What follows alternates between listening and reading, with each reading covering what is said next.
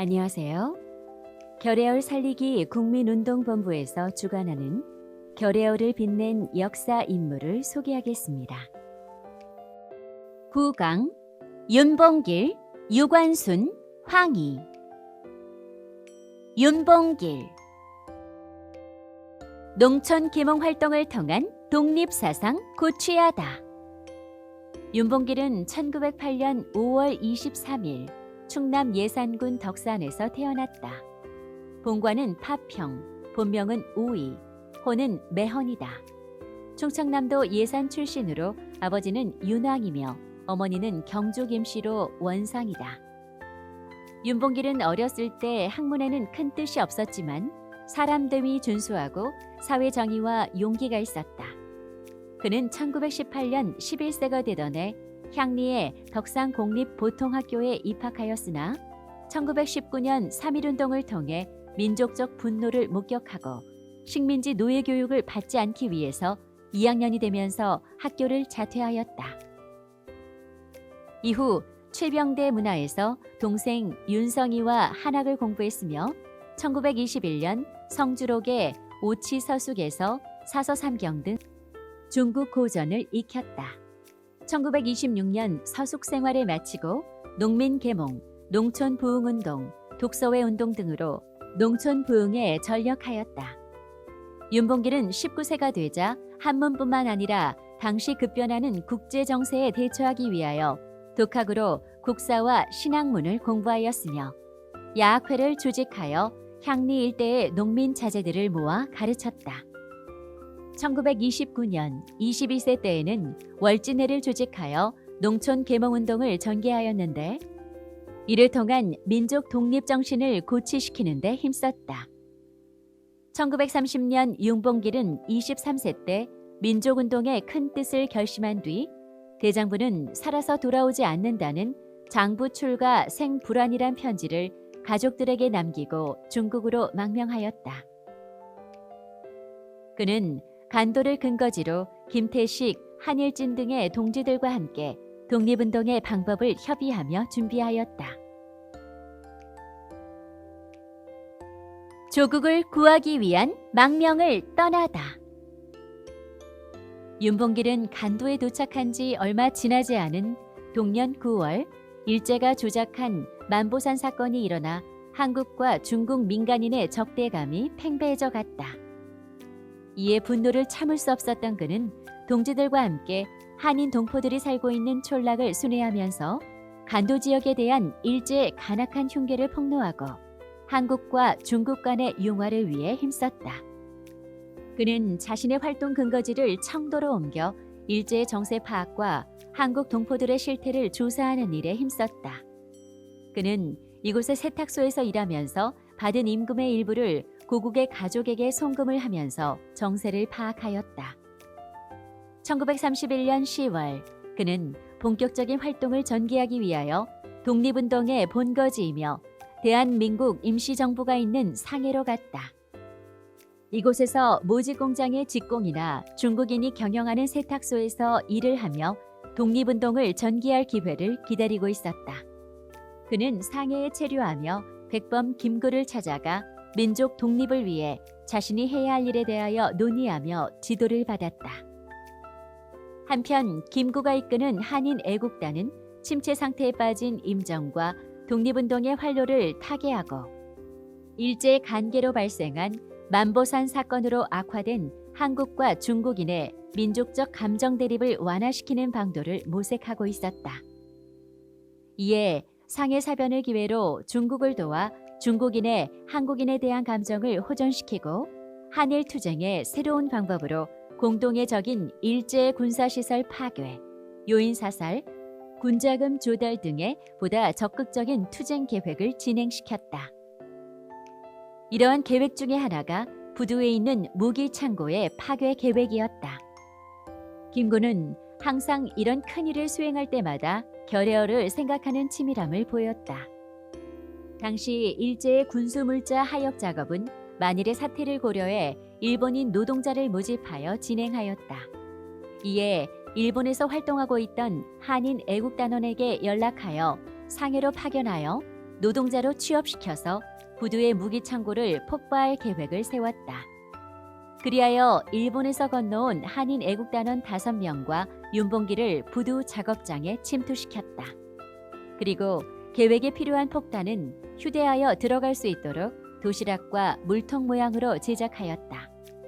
그러나 폭탄을 제조하는 데 시간이 걸리고 성능 시험에 시일이 지연되어 계획을 실행에 옮기기도 전에 3월 3일 이른바 송호 협정이 체결되어 이 계획은 실패하였다. 얼마 후 당시 상해에서 발행되던 일본 신문인 상하이 일일신문에 4월 29일 상해 사변의 승리를 축하하고 일왕의 생일인 천장절을 기념하기 위하여 홍구공원에서 일본 관민 합동으로 기념식을 거행한다는 소식이 보도되었다. 도시락 폭탄으로 결의어를 알리다.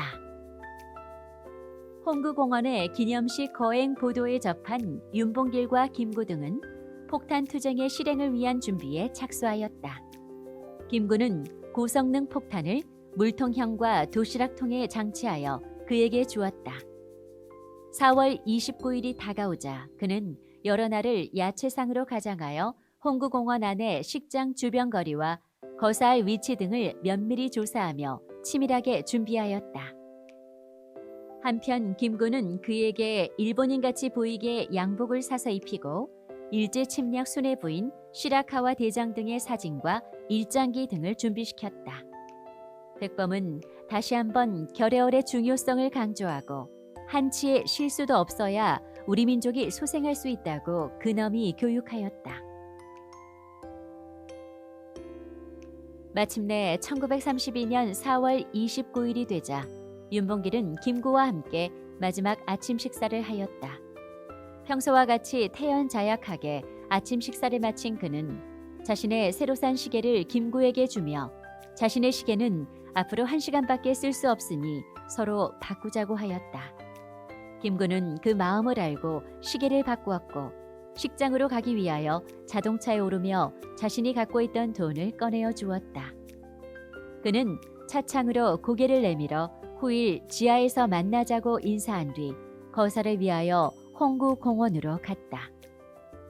1932년 4월 29일 일제의 상해사변 전승 축하식이 열리는 홍구공원의 식장 주변은 이른 아침부터 수많은 보병과 기병 부대들이 겹겹이 에워싼 채 삼엄한 경비를 펴고 있었다. 중국인은 물론이고 외국인도 초대장이 없으면 식장 안으로 입장할 수 없도록 철저히 경계망을 치고 있었다. 그러나 윤봉길은 어깨에 적용용 물통 폭탄을 메고 양손에 도시락과 일장기를 든 채 일본인 부호인 것처럼 행세하며 무사히 입장하였다. 도시락 폭탄은 자살용이었다. 물통 폭탄은 성인 남자의 손바닥만한 크기로 타원형에 가죽끈이 달려있어 어깨에 멜 수 있도록 되어 있었다.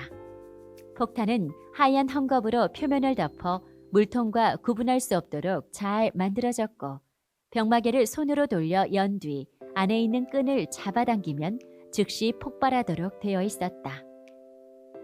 마침내 기념식이 시작되자 숨을 죽이고 있는 군중들 사이에 끼어있던 윤봉길은 전면 중앙의 사열대를 향하여 서서히 접근하였다. 기념식이 거의 끝날 무렵인 11시경 단상의 일제 고관들과 군중들이 일본 천황 폐하 만세를 부를 찰나에 그는 단상을 향하여 물통 폭탄을 던졌다. 천지를 진동하는 폭음과 함께 폭탄이 폭발하면서 기념식장은 순식간에 아수라장이 되었고 단상은 일제 고관들의 신음과 먼지가 피어오르면서 아비규환으로 변하였다. 윤봉길은 자살 계획을 진행하려고 땅에 내려놓았던 도시락 폭탄을 집어드는 순간 일본 헌병들에게 붙잡혔다. 피투성이가 될 정도로 폭력을 당하였으나 대한독립 만세를 외치면서 일본 헌병들에게 끌려갔다.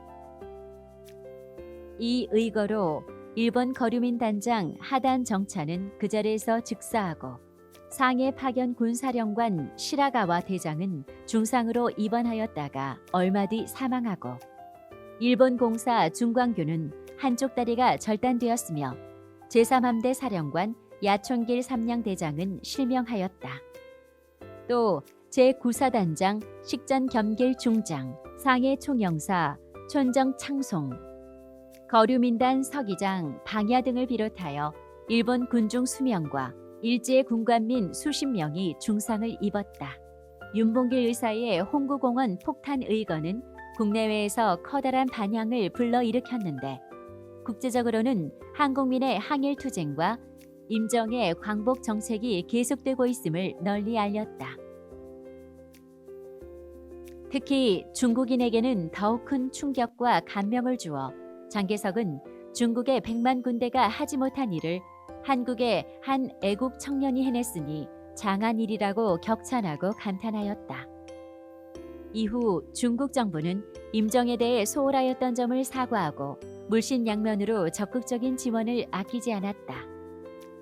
임정을 동맹국 정부로 대우하였고 중국 낙양군관학교에 특별 한인반을 만들어 한인 청년들이 입교하여 군사교육을 받음으로써 군사 인재를 양성할 수 있도록 지원하는 등 한중 합작의 기틀이 마련되었다.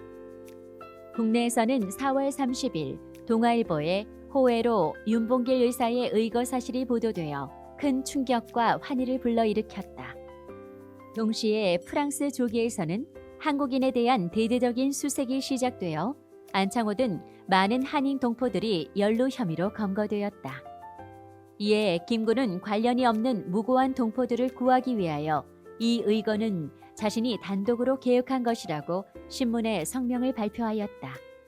그러나 김구 등 임정 요인들은 일제의 발악적인 보복으로 14년 동안의 임정 근거지였던 상해를 떠나야 하였다.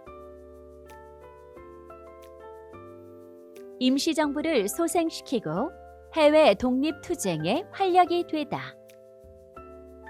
의거 당일 일본 헌병에게 체포된 윤봉길은 동년 5월 25일 상해 파경군 군법회의에서 즉결 판결로 살인, 상해 폭발물, 취최 벌칙 위반이란 중대한 죄목으로 사형 선고를 받고 일본으로 호송되었다. 이후 동년 11월 20일 엄중한 경계 속에 오사카 육군 위수 형무소에 수감되었고 곧 동년 12월 13일 다시 가네자와 육군 형무소로 이감되었다. 그리고 1932년 12월 19일 미고우시 공병 작업장에서 오전 11시 40분에 총살형을 당하였다. 23세에 조국의 독립이라는 큰 뜻을 품고 중국으로 망명한 뒤 스스로 희생을 선택한 윤봉길은 25세를 일기로 짧은 일생을 마쳤다.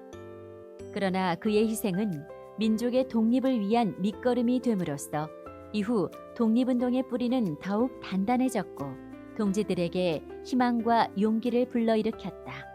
특히 그의 상해 홍구공원 의거는 1930년대 침체를 면치 못하고 있던 해외 독립운동에 있어 커다란 활력과 촉진제가 되었기 때문에 그 역사적 의의는 매우 큰 것이다. 이러한 윤봉길 의사의 의거 뒤에는 결여를 심어주던 우리 민족의 자주성과 민족 사상이 독립운동을 성공하게 된 것이다. 윤봉길 의사 등을 지도하였던 이동영과 김구의 뛰어난 민족 구국운동의 전술 전략이 있으므로 그 의거가 성공하였고 더욱 빛나는 것이다. 또한 그의 의거는 장개석 중국 국민당 정부의 임정에 대한 지원은 물론 일제의 대륙 침략 정책을 재검토하는 전환점을 마련하였다. 이와 같이 결의어른 무에서 유를 창조하는 힘을 발휘할 수 있게 민족의 힘을 표출하였던 것이다. 유관순 결의의 어를 펴기 위해 천안 만세운동을 주도하다. 유관순은 충청남도 천안에서 태어났다. 그녀의 본관은 고흥이고 아버지 유중건과 어머니 이씨 사이의 5남매 중 둘째 딸이다. 유관순은 1916년 기독교 감리교 충청도 교구 본부의 미국인 여자 선교사의 주선으로 이화학당에 장학생으로 입학하여 1919년 3.1운동이 일어나자 이 학교 고등과 1년생으로 만세 시위에 참가하였다. 이화 학당이 휴교되자 유관수는 독립선언서를 감추고 고향으로 돌아갔다. 그녀는 인근의 교회와 청신학교 등을 돌아다니며 서울에서 일어난 독립만세운동의 소식을 전하였다. 이어 천안, 연기, 청주, 진천 등지의 교회와 학교를 돌아다니며 만세운동을 협의하고 이를 주도하였다. 또한 기독교 전도사인 조인원과 김구은 등과 만나 같은 해 4월 1일 병천 아온의 장날을 이용하여 독립만세운동을 전개하기로 결의하였다. 당시 아온의 장터의 독립만세운동은 두 계통으로 계획되었다. 그 하나는 홍익선, 김교선, 한동규, 이승구 등의 수십 면과 이백하, 김상철로 대표하는 성남면, 갈전면이고 또 하나는 동면의 유관순, 조인순, 조병호, 유중권 등과 갈전면의 박재석, 박봉래 등이었다. 이들은 서로 연락을 취하여 4월 1일 아온의 장터에서 합동으로 독립만세운동을 전개하기로 결의하고 3월 31일 자정을 기하여 다음 날에 독립만세운동의 계획을 알리는 봉화를 요소마다 알렸다. 당일 아침 일찍부터 아온의 장터에는 천안 일대뿐만 아니라 청주, 진천 등 충청도 방면에서도 장사꾼과 시위 군중이 모여들기 시작하였다. 4월 1일 오전 9시 3천여 명의 시위 군중이 모이자 조병옥의 아버지인 조인원이 긴 장대에 대형 태극기를 만들어 높이 달아 세우고 독립선언서를 낭독한 후 독립만세를 선창하자 아온의 장터는 삽시간에 시위 군중의 만세 소리로 진동하였다. 이때 그녀는 미리 만들어 온 태극기를 시위 군중에게 나누어 주고 시위 대열의 선두에 서서 독립만세를 외치며 장터에서 행진하였다. 유관수는 나의 이번 거사는 우리 결의의 얼을 확실히 펴기 위한 것입니다.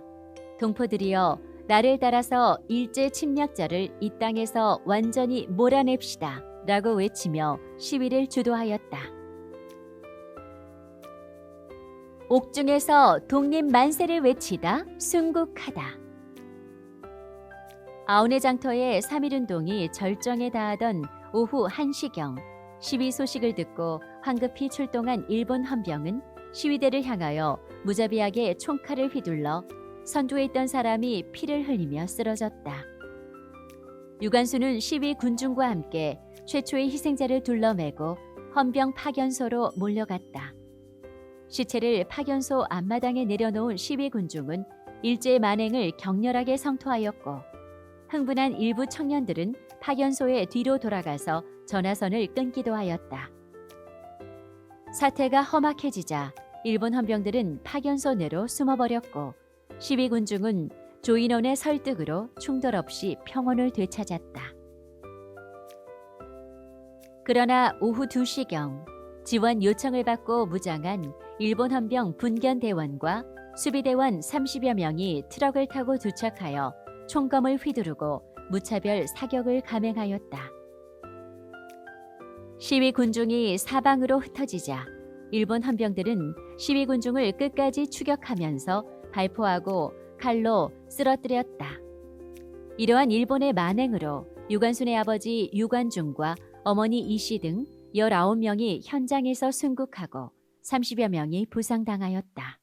오후 4시경 유관순은 왼쪽 복부와 머리를 칼에 찔려 숨진 아버지의 시신을 업고 유중무, 조인원, 김병호, 김용희 등 40여 명과 함께 파견소로 몰려가 파견소장 소산 등 일본 헌병들에게 강력히 항의하였다.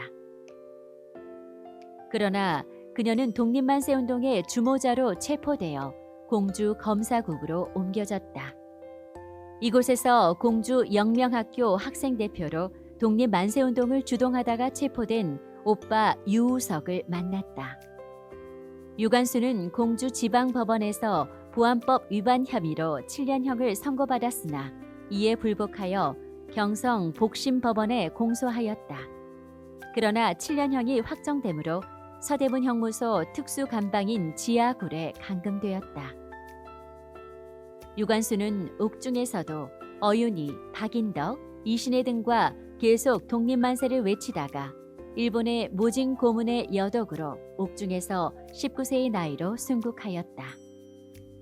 유관순이 참살된 지 이틀 뒤에 이 소식을 들은 이화학당 교장 프라이와 월터 선생은 형무소 당국에 유관순의 시체 인도를 요구하였으나 일제는 이를 거부하였다.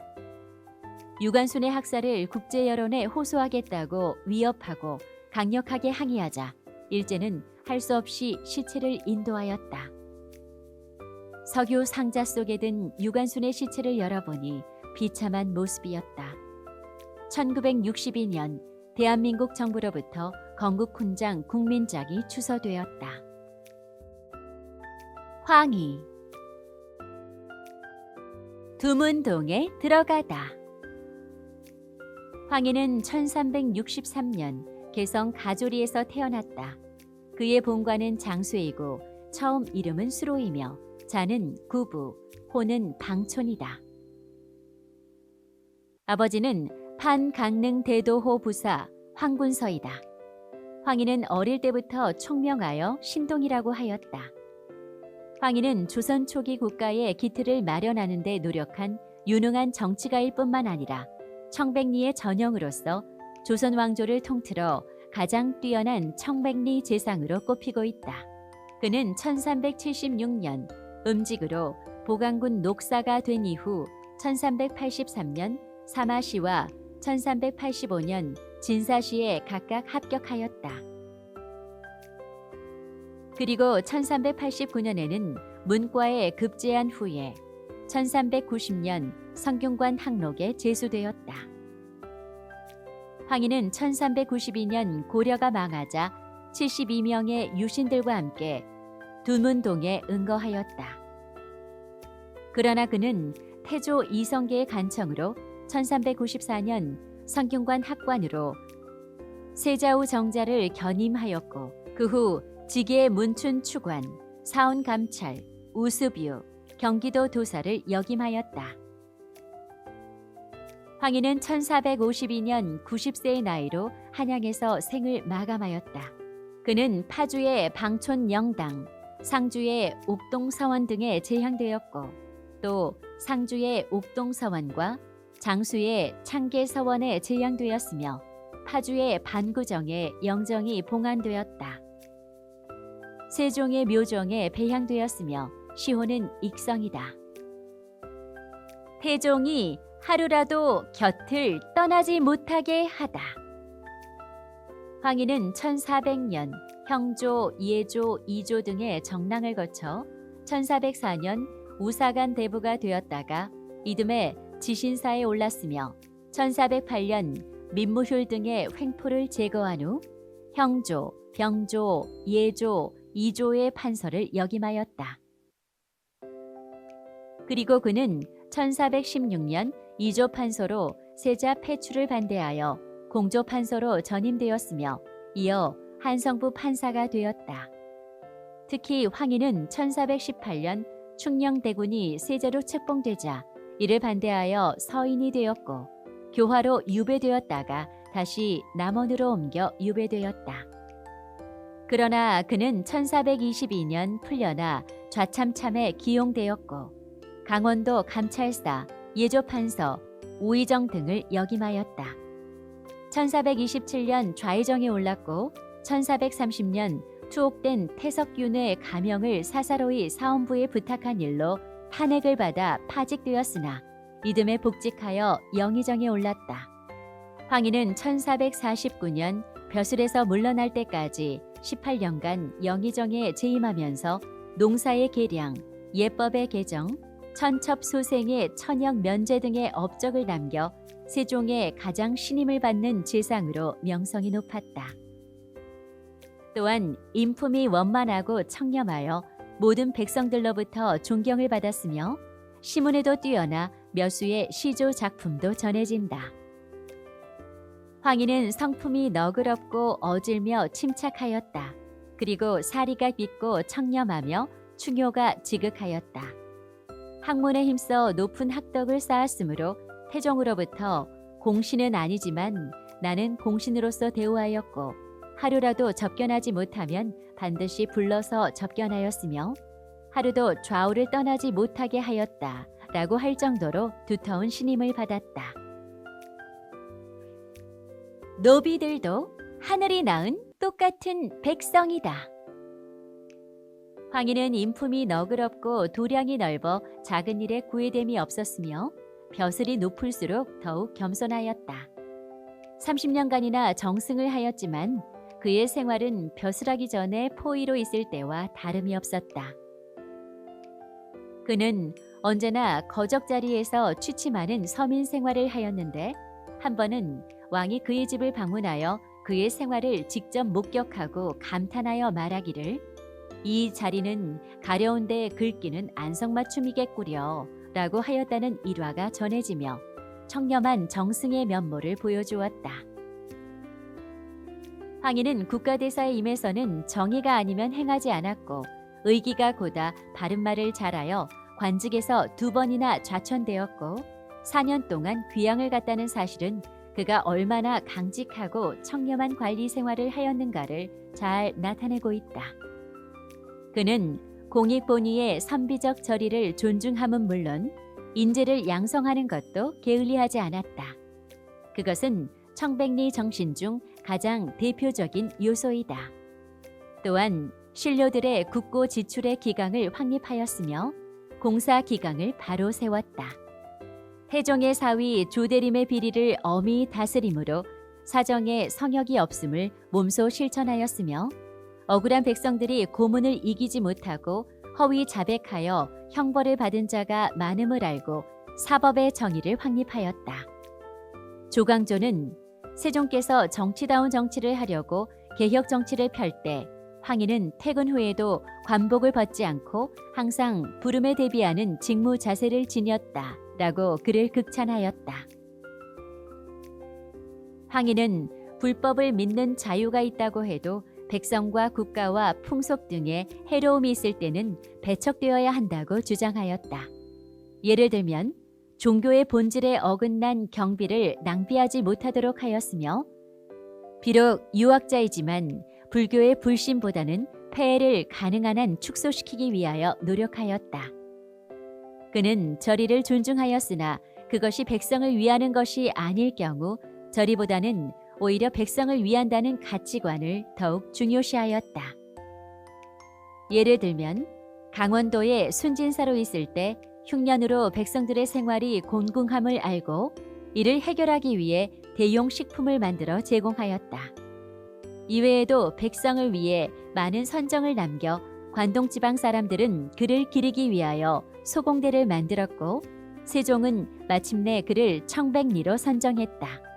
그는 조선시대의 엄격한 신분사회에서 하층 계급 및 하인들을 인간적으로 대우하는 인간평등 사상을 존중하였다. 그는 노비들도 또한 하늘이 낳은 똑같은 백성이다. 그러하건대 모질게 부려서야 되겠는가 라고 하면서 자손들에게도 그와 같은 교훈을 남겼으며 능력 있는 노비에게는 공부할 기회를 주어 훌륭한 관리가 되도록 도와주기도 하였다. 황희의 생활 신조는 한결같이 관우하고 신중하며 청렴 결백하였으나 대인관계에서는 귀천이나 빈부의 차이 없이 항상 온건하고 인자하게 대하였고 나라의 재물을 아끼는 것이나 공무 처리에 있어서는 종이 한 장도 아껴서 사용하여 엄격하며 실천적인 묵민 관상을 남겼다.